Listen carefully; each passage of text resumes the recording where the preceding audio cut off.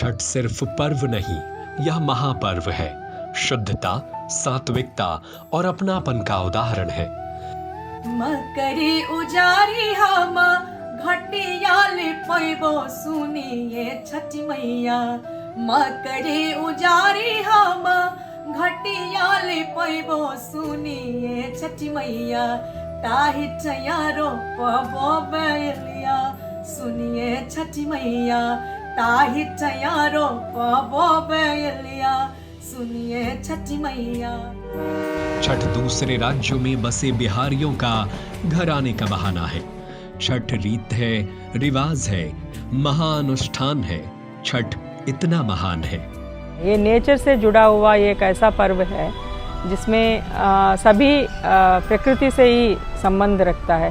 चाहे वो सूर्योपासन हो, गंगा नदी या अन्य जो भी नदियां हैं या पॉन्ड्स है, लेक्स है, जहाँ पे भी पानी है वहाँ जाके पानी में खड़े होकर सूर्योपासन करना और उसके साथ साथ सूर्य को जो सामग्री अर्पित की जाती है उसको अगर आप देखेंगे तो उसको भी नेचर से काफ़ी गहरा संबंध है। छठ पर्व का इतिहास रामायण काल से जुड़ा है। पौराणिक कथाओं के अनुसार छठ व्रत के प्रारंभ को द्रौपदी से भी जोड़ा जाता है। मान्यता है कि द्रौपदी ने 5 पांडवों के बेहतर स्वास्थ्य और सुखी जीवन के लिए छठ व्रत रखा था और भगवान सूर्य की उपासना की थी। इसी के परिणाम स्वरूप पांडवों को उनका खोया हुआ राजपाट वापस मिला। मेरे ख्याल से सिर्फ मैं ही नहीं, पूरी दुनिया अब इस पर्व को मानती है और समझती है और इसकी जो इम्पोर्टेंस है उसको बाकायदा सबने विटनेस भी किया है। So I think I am very happy to be a part of this city and state. मैं बिहार की बहू हूँ अब, तो मैं इस चीज़ को महसूस कर सकती हूँ। पहले मैं सिर्फ बाहर से देख सकती थी और पिछले साल से मैं छठ कर भी रही हूँ।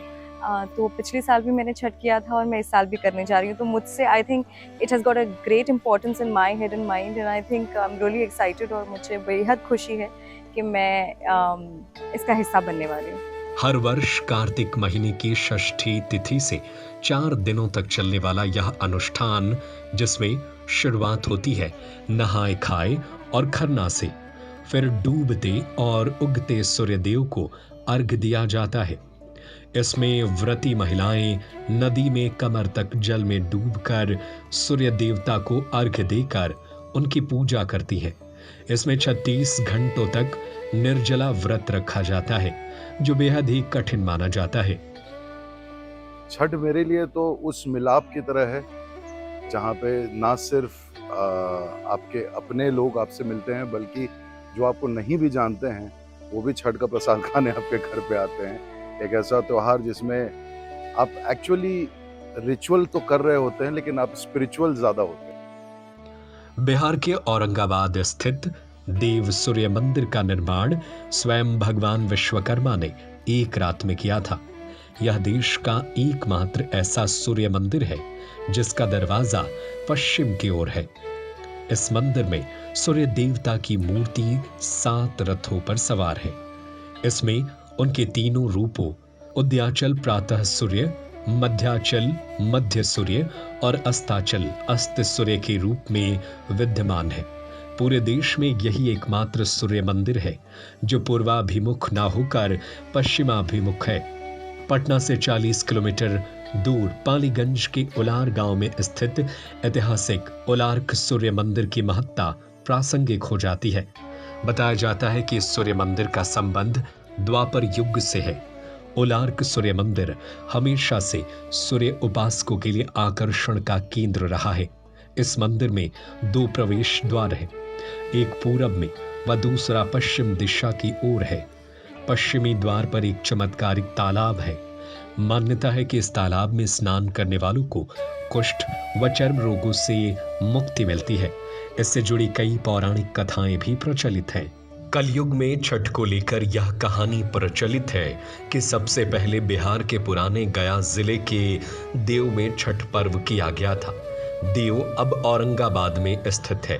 कहा जाता है कि किसी जमाने में एक व्यक्ति को कुष्ठ रोग हुआ था। इसके निवारण के लिए उसने कार्तिक महीने की षष्ठी तिथि को भगवान सूर्य की उपासना की थी। इससे वह शीघ्र ही ठीक हो गया। उसी समय से इस पर्व को आस्था के साथ मनाया जाने लगा और यह प्रथा आज भी प्रचलित है।